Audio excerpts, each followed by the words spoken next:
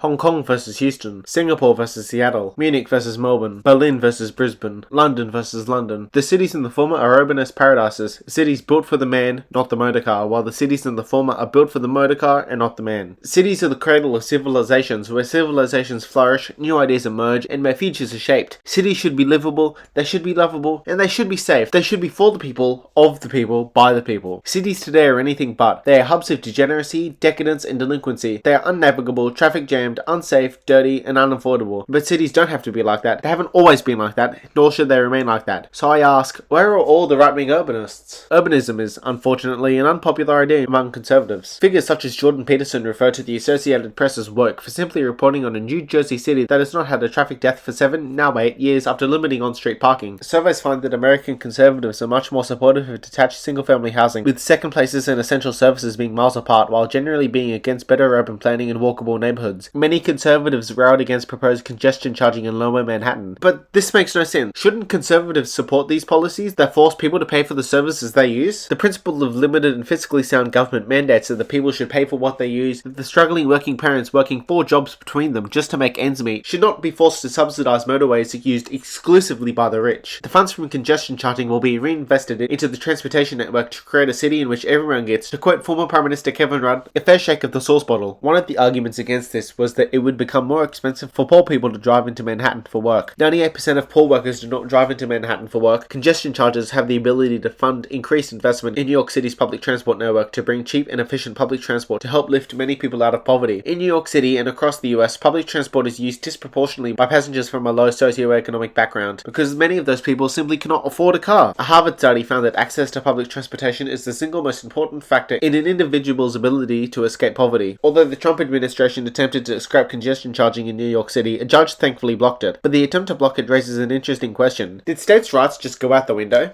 Isn't states' rights a core tenet of the Republican Party? Congestion charging is a policy opposed only by the upper echelon of Long Island, not the average Joe from the Bronx that breaks his back working 80 hours a week. What does conservatism even mean? What does traditionalism even mean? What has been the traditional way cities have been designed? For the car or for the people? Should we conserve the beauty and wonder of old? Because the ironic thing is that, despite the fact that conservatives oppose urbanism and support detached single-family housing, the way cities have been traditionally designed has prioritized walkability, connectivity, and beauty. That is the conservative way. That is the traditional way. Conservative cities should prioritize public transport, walkability, bike lanes, another thing despised by conservatives, and beauty.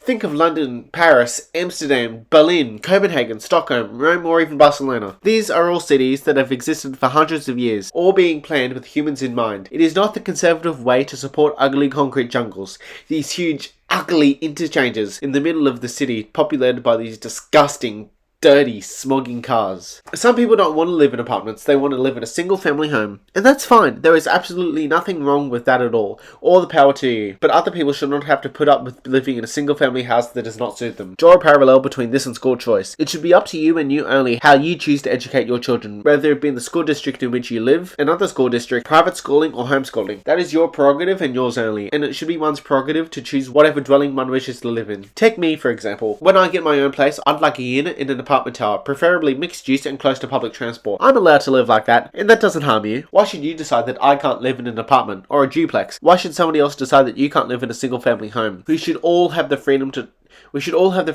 choose the dwelling in which we desire to live. Some people desire to live in a single-family home, a townhouse, a duplex, or an apartment, and that's fine. This is what freedom is. Some conservatives may argue cars represent freedom. They represent the American dream, which is about individualism. How free are you if you don't have the freedom to choose the dwelling of your choice, the transportation of your choice? Some people want to have the freedom to not have to drive everywhere, the freedom to not having to fork out $10,000 a year for a car, the freedom to travel the way one wants to. You may ask, well, I don't ride public transport, nor do I intend to ride public transport. I still want to drive my car. Why should I support urbanism? Because there will be less drivers on the road, less traffic for you, more free time for you, more time with your children, a better driving experience, a safer driving experience. Urbanist policies are linked to lower car usage, which is linked to less road fatalities. Driving is actually a very dangerous activity. The average person will get into 3 to 4 car accidents in their lifetime. This is 3 or 4 opportunities to suffer a premature death. Imagine being the parent that has to bury their child who died in a car accident. No parent, we can all agree, deserves to bury their child. Many people fear airplanes and roller coasters, but the drive to the airport airport or the theme park is the most dangerous part of flying or going to the theme park. The fear of public transport simply isn't grounded in reality and isn't supported by the facts. Around 43,000 people die annually in traffic fatalities across the US, which is nearly double the highest per capita in the OECD. Meanwhile, there are so few deaths caused by public transport in the US that there aren't reliable statistics. But this graph by Todd Littman, who sourced his evidence from FBI crime data, found that passengers on public transport are 60 times safer riding the bus, 30 times safer riding the metro or tram, and 20 times safer riding a suburban or intercity train than driving. And passengers on public transport are less likely to be the victim of a crime than car drivers. In fact, in New York City, you are 15 times less likely to die on the subway network than on the road. If we look at the 10 countries with the lowest traffic fatalities per capita, excluding tropical islands and European microstates, all 10 of these countries have extensive public transport networks, and the lowest 3, Hong Kong, Japan, and Singapore, are all world famous for their metro systems, and Japan for their Shinkansen, which has never recorded a death or an injury from a derailment or collision. Urbanism is also better for our children and those with disabilities. Imagine being a teenager or going to the city for a day of fun or for a night out to attend an event. Simple, if you do not have a license or cannot drive on your own, public transport is a safe, cheap, and reliable way to get to and from your events without having to be a burden on anybody else that would have to drive you otherwise. Now imagine being a teenager or disabled in the US who can't drive that wishes to go into the city. You have just become a burden on somebody else, or you may decide not to go at all because you'd have no means of transportation. Those with disabilities, including blindness, cannot drive. They deserve the right to travel.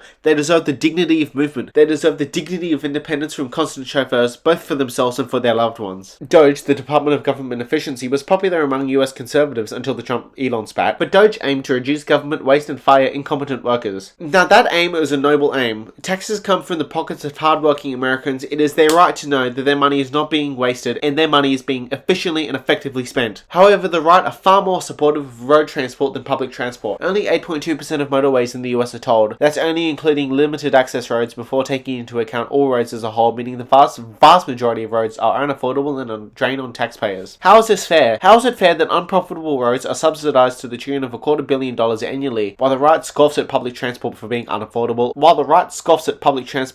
unprofitable, although it is unprofitable to a much lesser extent? A potential counterpoint is that they pay for themselves by helping to generate economic value by facilitating the transportation of people to and from work. Typically, an 8-lane motorway can transport 2,000 cars per lane per hour, which is around 16,000 cars per hour, but it can go up to around 20,000 cars per hour as per Grok's estimates. And I use Grok because it's the most trusted AI chatbot among conservatives. The busiest subway line in New York is the IRT Lexington Avenue line, which according to Grok transports 50,000 people per hour during peak hour, which is not what it's capable of, but the amount of people it does transport. The amount of people it's hypothetically capable of transporting is likely a bit higher, but it transports 50,000 people in a handful of trains each hour versus 25 to 30,000 people in 20,000 cars per hour on a motorway. What do you think is the more efficient and the better bang for your buck form of transport? While you think about that, let's have a brain break. Let's play a game. Consider 2 cities. They both start with the same letter, but I'm not going to tell you which 2 cities they are because I don't want to persuade you other way. These 2 cities are considered the epitome of their respective dominant form of transportation. City A, public transport, and City B, cars. In City A, 90% of all trips are made with public transport, while in City B, only 3% of all trips are made with public transport, as opposed to 90% of trips that are made with cars. In City B, there are 77 cars for every 1,000 residents, and in City B, there are 850 cars for every 1,000 residents. In City A, there are 91 annual traffic fatalities, and in City B, there are 760 annual traffic fatalities. Which city would you rather live in? Pause the video and give it some thought if you have to. These 2 cities are Hong Kong and the Houston Metro, and RMTransit has a fantastic video comparing these 2 cities' transportation systems that I suggest you check out after watching this video. Cleaner air, quieter cities, more livable cities, more walkable cities, thus healthier citizens, and more social cities are some of the benefits human-centric design cities have over car-centric design cities. But back to the point of fiscal responsibility, NotJustBikes did a fantastic video on the unprofitability of suburban development, which I will give a quick synopsis of, but I encourage you to watch his video after mine. Picture the 2 blocks of the same size very close to each other in the town of Brainerd, Minnesota. One block is a century or traditional development with compact storefronts adjacent to the road and minimal parking, which raised considerably more property tax revenue for the city council than a new development that consisted of solely a fast food joint with a drive-through, with most of the land occupied by the fast food joint used for parking. Now, because they are next to each other, the cost to maintain city services are the same, but it is clear that one subsidizes the other. One generates more economic value than the other. Which block do you think is more economically productive? Urban3, an urbanist consulting organization, has produced models depicting the amount of revenue a city raises per acre, with green areas raising very little and purple areas raising a lot. The city on screen is Lafayette, Louisiana, but it's not just Lafayette. Here is Eugene, Oregon, Charleston, South Carolina, St. Paul, Minnesota, and internationally in Auckland, New Zealand. But to elaborate on Lafayette, one of the maps Urban3 created for the city of Lafayette was this map depicting every acre of land in Lafayette and whether it contributed more money to the city council than it received or vice versa. The majority of the city is not profitable, and it just so happens that the majority of the city is zoned for single family housing. The majority majority of the land in the city is a drain on city finances. Urban 3 also estimated that without changes to zoning regulations, council rates would rise from $1,500 a year to $9,200 a year. Of course, they can follow the lead of Guelph, Ontario and go up and not out and watch the money trickle back into the city. When Guelph decided to go up and not out in 2013, their Urban 3 map looked like this, and only 6 years later it looked like this. All Lafayette and every other failing American city can keep doing what they are doing and emulate Detroit and go bankrupt. It's their choice. But in terms of the private sector, a wide array of studies, some of which are listed on the screen, confirm the fact that denser cities are more economically productive. Let's compare the metropolitan areas of Amsterdam and Cincinnati. Both metropolitan areas have a similar population. However, one metropolitan area is very densely populated, Amsterdam, and one metropolitan area is far less densely populated, Cincinnati. The Amsterdam metro has a density of 980 people per square kilometer or 2,500 people per square mile. The Cincinnati metro has a density of 181 people per square kilometer or 469 people per square mile. Amsterdam is more than 5 times more densely populated than Cincinnati. The Amsterdam metro has a GDP per capita of nearly 80,000 euros or 93,000 US dollars. The Cincinnati metro has a GDP per capita of 76,000 US dollars. Cincinnati, despite being located in the world's richest and most productive country and having access to the world's richest cities, is still poorer than the capital of a country of less than 18 million people. To conclude, you'd think that right-wing urbanism would be more common. Urban density and non-car transit are much cheaper per capita for governments. If bike infrastructure is removed, you end up with more traffic and higher road maintenance costs. Those cyclists, although annoying, would be more of a nuisance if they were drivers because 1, they aren't in traffic, they cycle through traffic, and 2, this is the size of a regular bike versus the size of a regular car. You aren't stuck in traffic, you are traffic. What did you guys think of this video? Urbanists, how did I do? I hope that r/fuckcars loves this video, and be sure to tell me in the comments how much you hate cars. Redeem Zoomer, the guy who created the concept of the every explained in how many minutes videos, was very interested in watching this video. So what did you think? I hope you liked it. For conservative any urbanists, did I manage to convince you?